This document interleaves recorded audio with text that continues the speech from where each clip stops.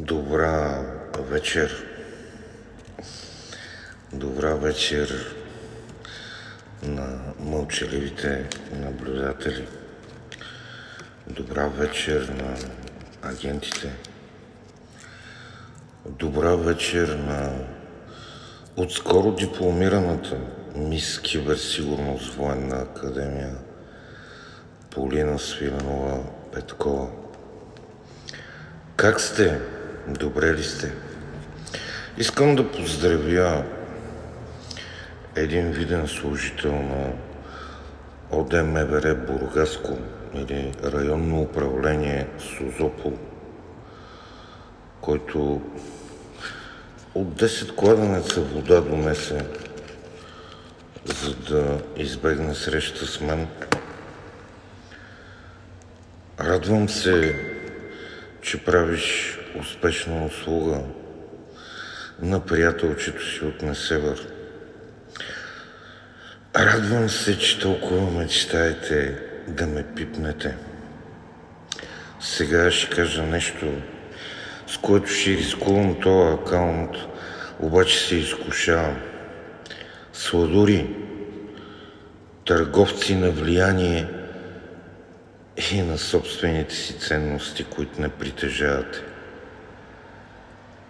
Не зная колко силно мечтаете мен да пипнете, нагласите или там каквото сте обещали.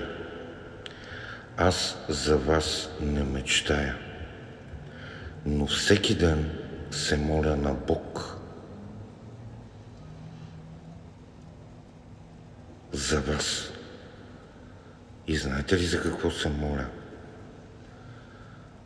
Моля се да не ви пипна аз преди него. Твърде много си повярвахте. Твърде надълбоко влязохте. Сега тук ще декларирам нещо, което искам ясно всички участващи в тази търговия с влияние, в която е забъркана собственичката на тези двете татуировки горе над черепа ми. Дами и господа, каквото и да ви е обещано, повярвайте ми, не си струва. И то не само защото на всеки от вас, който се набърка в това нещо, което е личният ми живот, директно му висва $500 000 дълг. И то не от тайландски парички. Това му е най-малкият проблем. На всеки от вас да го кажем така: съдбата ще поиска разплата, под каквато и да форма да се преобрази тя. Защото, мили деца, голяма част от фейк профилите, които ми пишат и ми предлагат услуги или ми дават информация, която много добре знаят, че знам, просто за да ме провокират, дори и представа си нямат в какво се забъркват. А, мили деца, на времето, много отдавна, когато аз бях малък, четох една приказка, която с 2 думи гласеше, че дечицата, които си играят с огъня, страдат от нощно напикаване. Така че се обръщам към всички, които се опитват да налагат контрол над знайните ми и незнайни, компрометирани или не профили, които се опитват да колонират информация които се опитват да манипулират реалност и истина с една едничка цел – набавяне на лична изгода за себе си и за трети лица или прикриване на обективната истина. Възмездие ще има за всеки от вас. Знаете ли защо?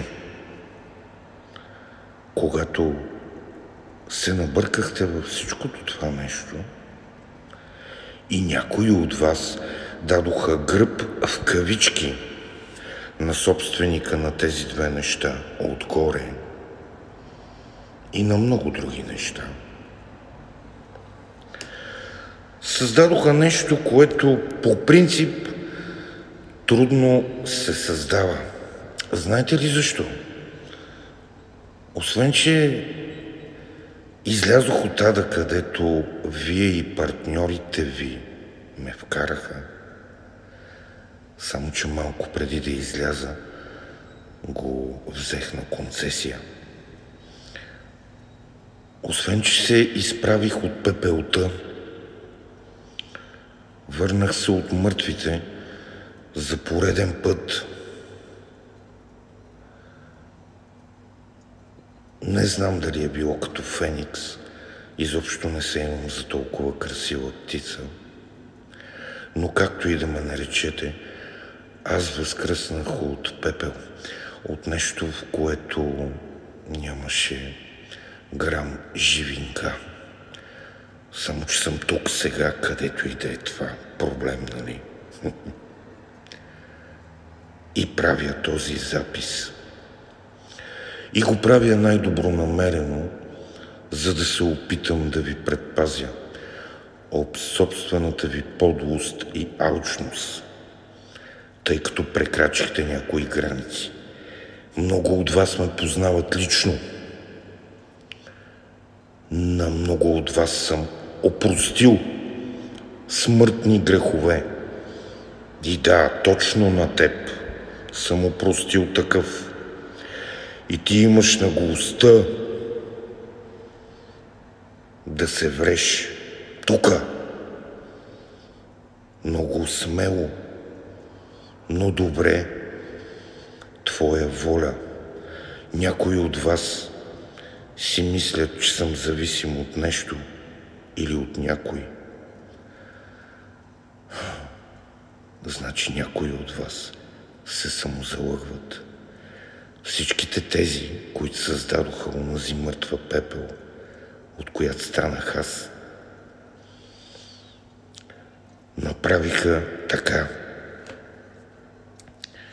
че това животно да няма какво да губи. А това е враг, който дори аз не искам.